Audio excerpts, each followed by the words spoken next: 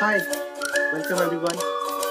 उम्मीद है कि आप सब बहुत अच्छे हैं और काफ़ी सेफ होंगे। तो काफ़ी टाइम बाद we are back with the bang and हाँ, ये जो सेशन है हमारा this is regarding the arithmetic progressions. ठीक है, इससे पहले अर्थमेटिक का एक लाइव सेशंस किया था जिसमें मैंने how to find the n term of AP वहाँ तक डिस्कस किया था और एक टॉपिक हमारा बच गया था, वो है हमारा how to find the sum of n terms of AP. ठीक है, तो इस वीडियो में मैं आपसे बस वही फॉर्मूला डिस्कस करने वाला हूँ और हम कुछ क्वेश्चन सॉल्व करने वाले हैं। तो अगर आपने वो पहले वाला लाइव सेशन अटेंड नहीं किया जिसमें हमने एन टर्म निकालना सीखा था, तो डिस्क्रिप्शन में लिंक है या कहीं आपको ऊपर कहीं दिख रहा होगा प्रीवियस सेशंस का लिंक, तो वो जाके आप देख सकते हो। ठीक है, तो हम सीधा जंप करते हैं। कुछ छोटा सा कंसेप्ट है कि किसी भी एपी के टर्म का सम कैसे निकालना है। ठीक है, चलिए, ये हमारी वही सेम पीपीटी है जो हमने एन टर्म तक की थी। तो ये आप सेकेंड पार्ट ना, एपी का हमारा सेकेंड पार्ट है। काफ़ी लंबा ब्रेक हो गया बट कोई नहीं, नाउ वी आर बैक। तो अब इसे फटाफट हम कंप्लीट करते हैं। धीरे धीरे करके जो बाकी आपके कंसेप्ट हैं, साइंस के हो गए, टॉपिक हो गए, इंग्लिश हिंदी के टॉपिक हो गए, बहुत जल्दी से रोल आउट करेंगे। ठीक है, देखो अब हम बात करते हैं how to find the sum of n terms of any AP. एक सिंपल सा एग्जांपल लेते हैं। ठीक है, इसको चेंज करते हैं। देखिए, एक एग्जांपल लिया हमने एपी का, लाइक 2, 4, 6, 8 एंड सो ऑन। और मैंने यहाँ पे बोला कि बताओ इस एपी के पहले 3 टर्म का सम क्या होगा। तो आपके लिए बहुत आसान है, पहला 3 टर्म आपको दिखाई दे रहा है 2, 4 एंड 6। अगर मैं इसके सम की बात करूं तो so simple, this is 2 + 4 + 6, this is 12। Okay, but मैं अगर पूछूं आपसे कि मुझे इस एपी के पहले 55 टर्म का सम बताइए या पहले 54 टर्म का सम बताइए, तो ऐसा तो है नहीं ना कि फिर हम सारे टर्म्स लिख के और उसको हम सम आउट करेंगे। तो यहाँ पे हमारे पास एपी चैप्टर का सेकेंड फॉर्मूला होता है which is the sum of n terms, that is n/2 bracket 2a plus n-1 into d। n आपको पता है, n आपका वो टर्म है जितने टर्म का सम हम फाइंड आउट कर रहे हैं। a हमारा फर्स्ट टर्म है, ठीक है, एपी का, और d is the common difference. जैसे कि इसी एपी में आपसे 54 टर्म का सम पूछा गया, तो हमने लिखा as 54, that is equal to 54/2 bracket start 2 multiply first term जो कि 2 है प्लस 54 - 1 एंड d हमारा कितना है, d भी हमारा 2 है ना।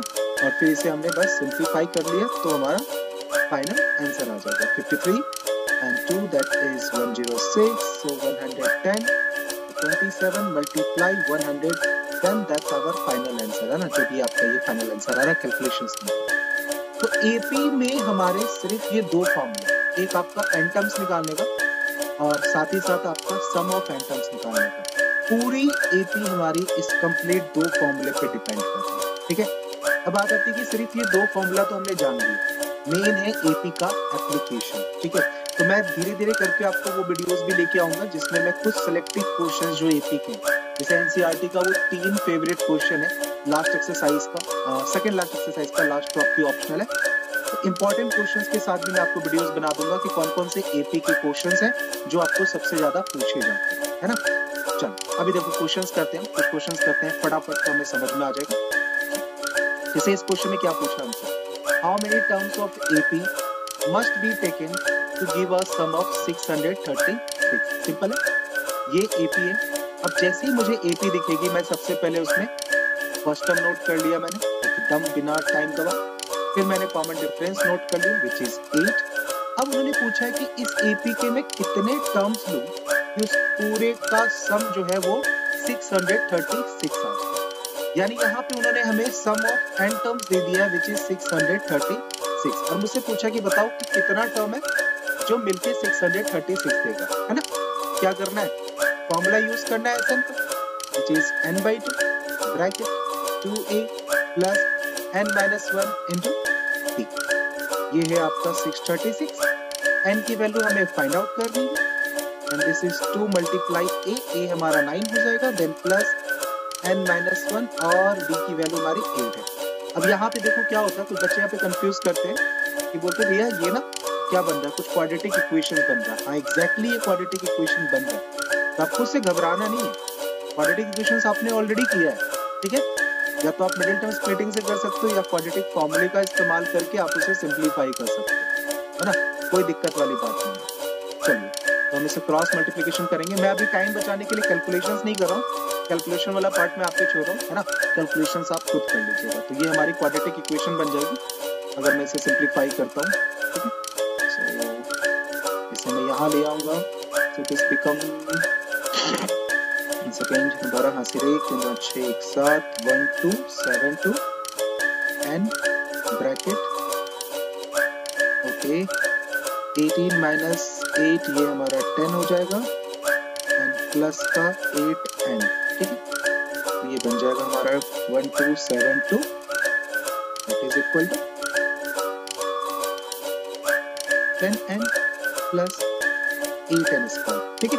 अब इसे हम पूरा कर लेंगे सिंप्लीफाई। देखो ये बन गई हमारी quadratic equation 1272 equal to 0, clear. अब इस क्वाड्रेटिक इक्वेशन को आप सिंप्लीफाई कर सकते हो, इसको मैं और छोटा कर सकता हूँ। मैं अगर 2 कॉमन ले लेता हूँ इसमें से, तो ये 4n square plus 5n minus का 636 इक्वल टू 0, है ना। ये क्वाड्रेटिक इक्वेशन है, इसको सॉल्व करके आप n की वैल्यू निकाल लोगे और n की 2 वैल्यू निकलेगी, बट ऑब्वियस सी बात है सिर्फ एक ही कोई वैल्यू होगी जिसका सम 636 होगा, तो वो आप सिंप्लीफाई करके बताओगे, ठीक है। कमेंट में जरूर बताना, सॉल्व करके बताना कि इस पर्टिकुलर के लिए n का आंसर क्या होता है, तो मैं बता दूंगा आपको कितना सही है। चलो और क्वेश्चन लेते हैं हम, जरा देखें, we have more question. Okay एक और क्वेश्चन देखो, एपी में ना मेन चीज आपको मैं बता रहा हूँ, मैंने एपी करवाया था पहले सेशंस में, तभी मैंने बताया था एपी में 2 ही फॉर्मूलाज है। मेन बात आती है प्रैक्टिस, प्रैक्टिस है आपको वर्ड प्रॉब्लम। अगर आप वर्ड प्रॉब्लम सही कर रहे हो, ठीक है, वर्ड प्रॉब्लम की आपने जम के प्रैक्टिस कर ली, जहाँ पे आपने दोनों फॉर्मूले का एप्लीकेशन सीख लिया, ठीक है, मेन एप्लीकेशन बेस्ड क्वेश्चन है, तो वो चीज आपकी हो जाएगी। मैं सजेस्ट करूंगा आप एपी के एनसीईआरटी अगर कर रहे हो तो एनसीईआरटी में 5.2 एंड 5.3 बस वो सफिशिएंट है, आप उनके क्वेश्चंस करो और उनके वर्ड प्रॉब्लम जरूर करो, बाकी आप आर डी शर्मा या आर एस अग्रवाल खुद कर सकते हो। चलिए ये क्वेश्चन देखेंगे।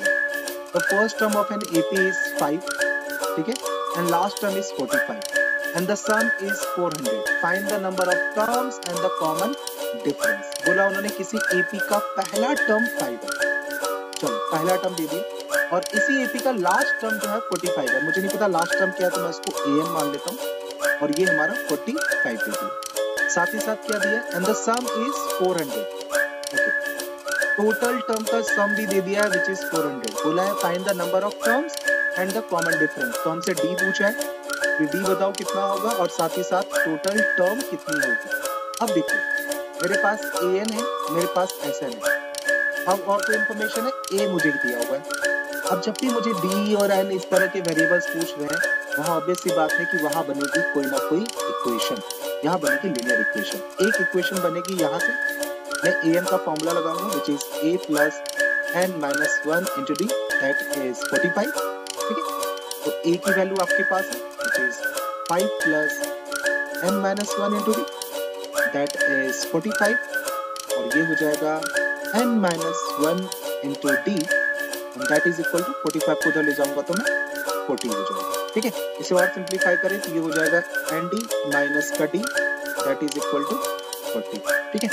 एक तो ये वैल्यू आ गई, या फिर आप इसको यही रख सकते हो, इसे मैं इक्वेशन 1 कह देता हूँ, ठीक है।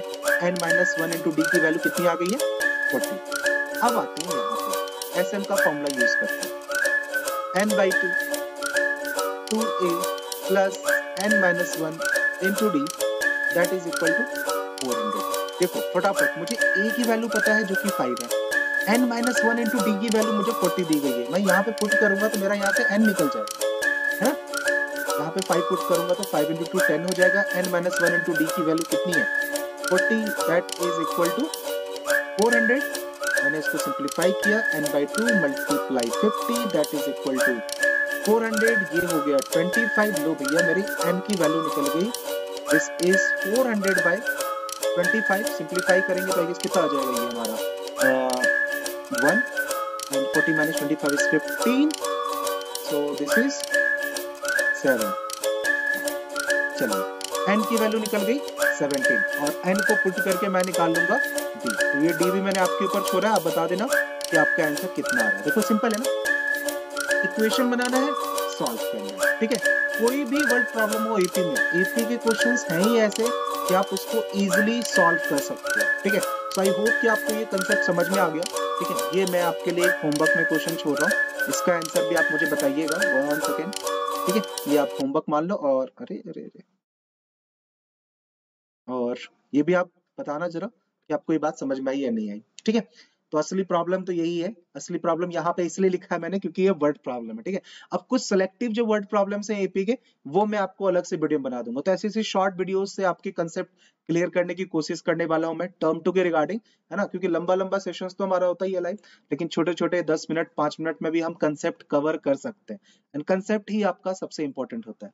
तो आपको समझ में आया हो तो कमेंट करके जरूर बताना, बाकी जितने क्वेश्चंस हैं उनके आंसर भी आप कमेंट करके बताइएगा। अच्छा लगा हो तो लाइक करना, शेयर करना एंड सब्सक्राइब करना। मुलाकात करते हैं लाइव सेशंस में या फिर किसी और वीडियो में, तब तक के लिए धन्यवाद, take care, bye bye and Jai Hind.